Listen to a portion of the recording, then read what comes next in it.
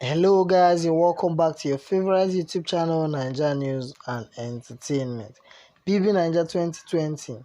How Brighto scattered relationship in the house last night. The most reserved male housemate Brighto pulled a stunt last night by scattering relationships between Kiddwaya, Wathoni and Nengi. Not much is seen of him in the house because of his reserved nature until last night when the sailor scattered the ships in the house. Moments after Kiddwaya expressed interest in Wathoni and how bad he would want to have a kid with her, Brighto encouraged her to shoot a shot at him, though she knows Erica likes him. You know Erica likes Kiddwaya, why can't you shoot your shot with him? Directing his attention to Kiddwaya, he reminded him of how good he looks with Wathoni, but he knows perfectly well that Nengi likes him.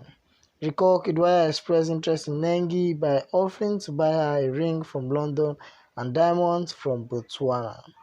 You and Wathoni looks good together, but you know Nengi likes him. After Kiddwaya had left, he continued encouraging Wathoni to pursue Kiddwaya because